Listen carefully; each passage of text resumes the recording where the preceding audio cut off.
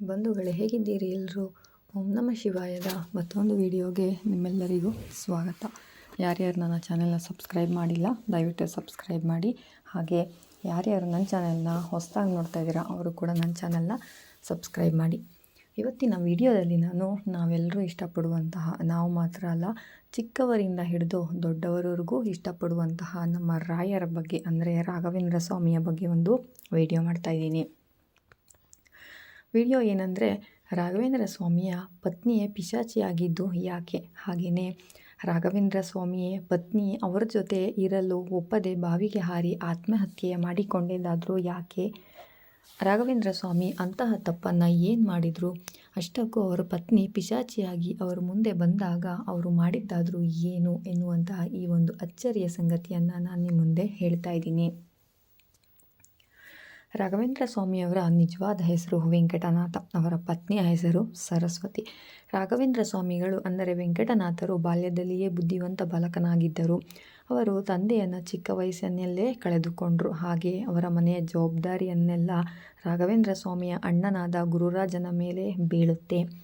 ವೆಂಕಟನಾಥ ಬೆಳೆದು ದೊಡ್ಡವನಾಗ್ತಾನೆ. ನಂತರ ಶ್ರೀಮಂತ ಕುಟುಂಬದ ಸರಸ್ವತಿ ಎಂಬ ಕನ್ಯೆಯನ್ನು ಸಹ ಮದುವೆ ಆಗ್ತಾರೆ. ಆನಂತರ ಅವರು ಮದುವೆಯಾದ ಮೇಲೆ ಕುಂಭಕೋಣಕ್ಕೆ ಬಂದು ಸುಧೀಂದ್ರ ತೀರ್ಥರು ಎಂಬ ಗುರುಗಳ ಆಶ್ರಮದಲ್ಲಿ ದ್ವೈತ ವೇದಾಂತಗಳನ್ನು ವ್ಯಾಸಂಗ ಮಾಡ್ತಾರೆ. ಹಾಗೆ ವೆಂಕಟನಾಥನಿಗೆ ಲಕ್ಷ್ಮೀನಾರಾಯಣ ಎಂಬ ಗಂಡು ಮಗು ಸಹ ಜನನ ಆಗುತ್ತೆ.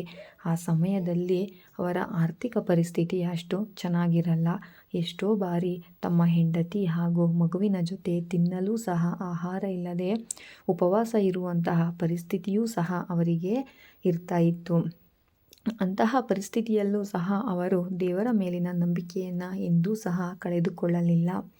ಹೀಗೆ ಒಂದು ದಿನ ಅವರಿಗೆ ಒಂದು ಸಮಾರಂಭಕ್ಕೆ ಆಹ್ವಾನ ಬರುತ್ತದೆ.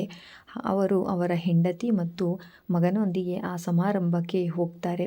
ಅಲ್ಲಿ ಅವರಿಗೆ ಸಮಾರಂಭಕ್ಕೆ ಕರೆದಂತಹ ವ್ಯಕ್ತಿ ಯಾವುದೇ ರೀತಿಯ ಗೌರವವನ್ನು ಕೊಡುವುದಿಲ್ಲ. ಆದರೂ ಸಹ ಅವರು ಯಾವುದೇ ರೀತಿಯ ಬೇಜಾರು ಮಾಡಿಕೊಳ್ಳಲ್ಲ. ಹಾಗೆ ಆ ವ್ಯಕ್ತಿ ರಾಘವೇಂದ್ರ ಸ್ವಾಮಿಗಳಿಗೆ ಆ ಸಮಾರಂಭದಲ್ಲಿ ಗಂಧವನ್ನು ಅರೆಯುವಂತಹ ಕೆಲಸವನ್ನು ಕೊಡ್ತಾರೆ. ಆದರೂ ಸಹ ರಾಘವೇಂದ್ರ ಸ್ವಾಮಿಗಳು ಯಾವುದೇ ರೀತಿ ಬೇಸರ ಮಾಡಿಕೊಳ್ಳದೆ ಆ ಕೆಲಸವನ್ನು ಸಂತಸದಿಂದ ಮಾಡ್ತಾರೆ.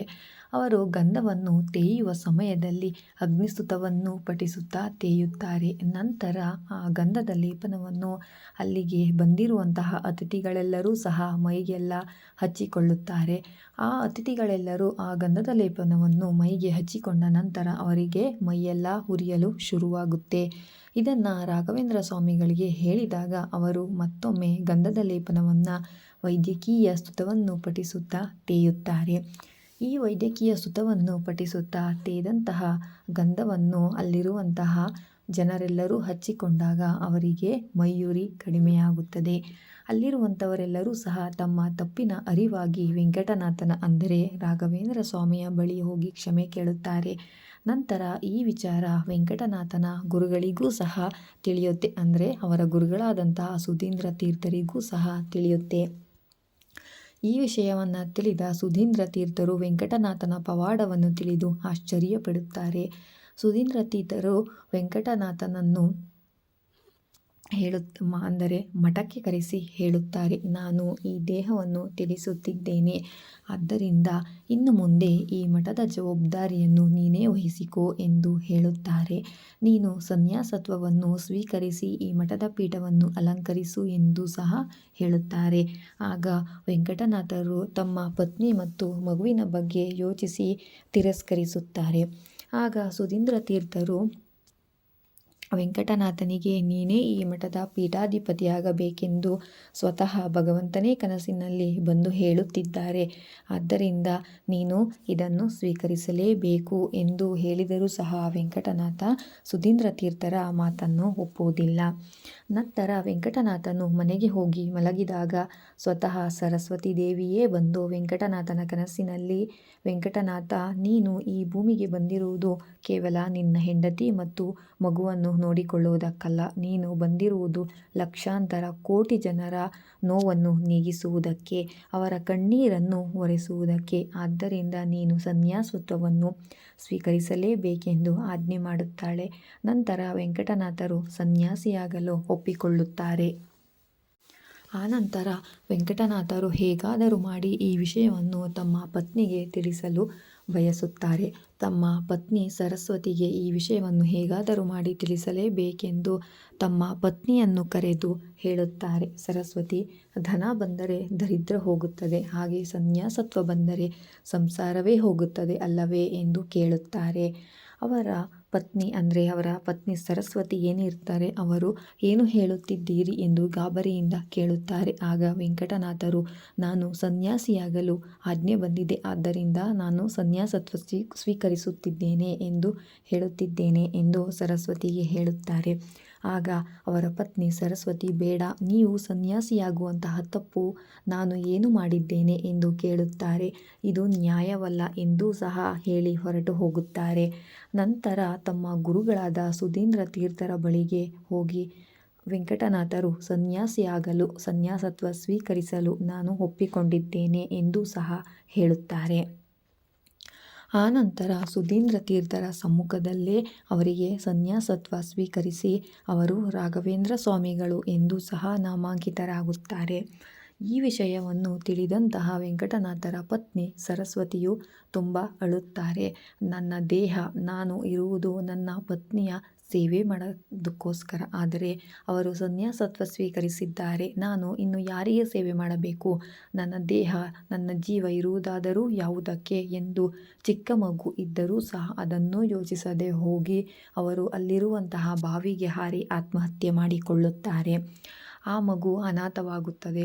ಇಲ್ಲಿ ಇವರಿಬ್ಬರೂ ಮಾಡಿರುವಂತಹ ತಪ್ಪಿಗೆ ಆ ಮಗು ಅನಾಥವಾಗುತ್ತದೆ. ಆ ಮಗುವಿನ ಮುಖವನ್ನೂ ಸಹ ಯೋಚನೆ ಮಾಡದೆ ಅವರ ಪತ್ನಿ ಆತ್ಮಹತ್ಯೆ ಮಾಡಿಕೊಳ್ಳುತ್ತಾರೆ. ಇವರು ಸನ್ಯಾಸತ್ವ ಸ್ವೀಕರಿಸುತ್ತಾರೆ. ಏನನ್ನೂ ಅರಿಯದ ಮಗುವಿನಿಂದಲೇ ಅವರ ಪತ್ನಿಯ ಅಂತ್ಯ ಸಂಸ್ಕಾರಕ್ಕೆ ಬೇಕಾಗುವಂತಹ ಎಲ್ಲ ಕಾರ್ಯಸಿದ್ಧತೆಗಳನ್ನು ಸಹ ಮಾಡಿಕೊಂಡು ಆ ಮಗುವಿನಿಂದಲೇ ಎಲ್ಲವನ್ನೂ ಸಹ ಕಾರ್ಯಗಳನ್ನು ನಡೆಸುತ್ತಾರೆ. ಆನಂತರ ಆ ಮಗು ಅಮ್ಮ ಅಮ್ಮ ಎಂದು ಅಳುತ್ತಿರುತ್ತದೆ. ನಂತರ ನನಗೆ ಅಪ್ಪ ಬೇಕು ಎಂದು ಸಹ ಅಳುತ್ತಿರುತ್ತೆ. ಆ ಮಗುವನ್ನು ಅಪ್ಪ ಅಮ್ಮ ಇಬ್ಬರೂ ಇಲ್ಲದೆ ಅನಾಥವಾಯಿತು ಎಂದು ಅವರ ಅಣ್ಣ ಗುರುರಾಜನಿಗೆ ತುಂಬ ಬೇಸರವಾಗುತ್ತದೆ. ಆನಂತರ ಆ ಮಗುವನ್ನು ಎತ್ತಿಕೊಂಡು ಅವರ ಅಣ್ಣ ಗುರುರಾಜ, ನಾನು ನಿನಗೆ ನಿನ್ನ ತಂದೆಯನ್ನು ತೋರಿಸುತ್ತೇನೆ, ಅಳಬೇಡ ಎಂದು ಸಮಾಧಾನ ಮಾಡಿಕೊಂಡು ರಾಘವೇಂದ್ರ ಸ್ವಾಮಿಗಳ ಬಳಿ ಆ ಮಗುವನ್ನು ಕರೆದುಕೊಂಡು ಹೋಗುತ್ತಾರೆ. ಆ ಮಗು ಅವರ ತಂದೆಯನ್ನು ನೋಡಿ ಅಪ್ಪ ಅಪ್ಪ ಎಂದು ಅಳುತ್ತಿರುತ್ತೆ. ಆಗ ಅವರ ಬಳಿ ಇದ್ದಂತಹ ಅಂದರೆ ಅವರ ಶಿಷ್ಯರೆಲ್ಲರೂ ಸಹ ತುಂಬ ಕಣ್ಣೀರು ಹಾಕುತ್ತಾರೆ. ಅಷ್ಟು ಅಳು ಬರುವಂತಿರುತ್ತೆ ಆ ಮಗುವಿನ ಒಂದು ಆಕ್ರಂದನ. ಆನಂತರ ರಾಘವೇಂದ್ರ ಸ್ವಾಮಿಗಳು ತನ್ನ ಮಗನಿಗೆ, ಮಗು ಏಕೆ ಅಳುತ್ತಿದ್ದೀಯಾ? ನಿನ್ನನ್ನು ದೇವರು ಯಾವತ್ತೂ ಸಹ ಕೈ ಬಿಡುವುದಿಲ್ಲ. ನಿನಗೆ ದೇವರು ಒಳ್ಳೆಯದನ್ನೇ ಮಾಡುತ್ತಾನೆ, ಚಿಂತಿಸಬೇಡ ಎಂದು ತನ್ನ ಮಗನಿಗೆ ಸಮಾಧಾನದ ಮಾತನ್ನು ಹೇಳುತ್ತಾರೆ. ಆನಂತರ ರಾಘವೇಂದ್ರ ಸ್ವಾಮಿಗಳ ಪತ್ನಿ ತುಂಬ ಆಸೆ ಆಕಾಂಕ್ಷೆಗಳನ್ನು ಇಟ್ಟುಕೊಂಡಿರುವುದರಿಂದ, ಅವರು ಆತ್ಮಹತ್ಯೆಗೆ ಶರಣಾಗಿರುವುದರಿಂದ ಅವರ ಆತ್ಮ ಮುಕ್ತಿಯನ್ನು ಪಡೆಯದೆ ಪಿಶಾಚಿಯಾಗಿ ತಿರುಗಾಡ್ತಾ ಇರುತ್ತೆ.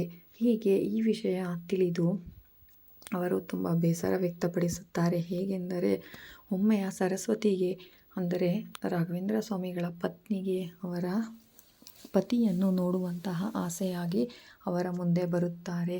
ಸರಸ್ವತಿ, ನೀನು ಪಿಶಾಚಿಯಾಗಿದ್ದೀಯಾ ಎಂದು ಅವರು ಕೇಳುತ್ತಾರೆ. ಹೌದು, ನೀನು ಮಾಡಿದ್ದು ತಪ್ಪಲ್ಲವೇ ಎಂದು ಕೇಳುತ್ತಾರೆ. ನಿಮಗೆ ಮಗು ಮತ್ತು ಹೆಂಡತಿ ಇದ್ದರೂ ಸಹ ನೀವು ಮಾಡಿದ್ದು ಸರಿ, ಆದರೆ ನಾನು ಮಾಡಿದ್ದು ತಪ್ಪಾ ಎಂದು ಅವರ ಗಂಡನ ಬಳಿ ಪ್ರಶ್ನೆ ಕೇಳುತ್ತಾರೆ. ಆಗ ಅವರು, ನಾನು ಬಂದಿರುವುದು ಕೇವಲ ನಿನ್ನ ಮತ್ತು ನಿನ್ನ ಮಗನಿಗೋಸ್ಕರ ಅಲ್ಲ, ನಾನು ಇರುವುದು ಲೋಕ ಕಲ್ಯಾಣಕ್ಕೋಸ್ಕರ, ಆದ್ದರಿಂದ ನಾನು ಸನ್ಯಾಸತ್ವವನ್ನು ಸ್ವೀಕರಿಸಲೇಬೇಕಾಯಿತು ಎಂದು ತಮ್ಮ ಪತ್ನಿ ಸರಸ್ವತಿಗೆ ಹೇಳುತ್ತಾರೆ. ಆದರೆ ಅವರಿಗೆ ಸ್ವಲ್ಪ ಬೇಸರವಾಗುತ್ತದೆ. ಏಕೆಂದರೆ ನನ್ನ ಪತ್ನಿ ತುಂಬ ಒಳ್ಳೆಯವಳು, ಆದರೆ ಅವಳು ಈ ರೀತಿಯ ಪಿಶಾಚಿಯಾಗಿ ಓಡಾಡುತ್ತಿರುವುದು ಅವರಿಗೆ ನೋಡಲು ಆಗುವುದಿಲ್ಲ. ಆದ್ದರಿಂದ ಅವರು ಅವರ ಪತ್ನಿಯ ಮೇಲೆ ಅವರಿಗೆ ಅವರ ಆತ್ಮಕ್ಕೆ ಶಾಂತಿ ಸಿಗಲಿ, ಮುಕ್ತಿ ದೊರೆಯಲಿ ಎಂದು ಒಂದು ತೀರ್ಥವನ್ನು ಹಾಕುತ್ತಾರೆ. ಅದರಿಂದ ಅವರ ಪತ್ನಿಯ ಆತ್ಮಕ್ಕೆ ಮುಕ್ತಿ ಸಿಕ್ಕಿ ಅವರು ಹೊರಟು ಹೋಗುತ್ತಾರೆ. ವೀಕ್ಷಕರೇ, ನೋಡಿದ್ರಲ್ವಾ ರಾಘವೇಂದ್ರ ಸ್ವಾಮಿಗಳ ಪತ್ನಿ ಏನಕ್ಕೆ ಪಿಶಾಚಿಯಾಗಿದ್ದು, ಏನಕ್ಕೆ ಅವರು ಸನ್ಯಾಸತ್ವವನ್ನು ಸ್ವೀಕರಿಸಿದರು ಎಂದು ಈ ವಿಡಿಯೋದಲ್ಲಿ ನಿಮಗೆ ಅರ್ಥ ಆಗಿದೆ ಅಂತ ನಾನು ಅಂದ್ಕೋತೀನಿ.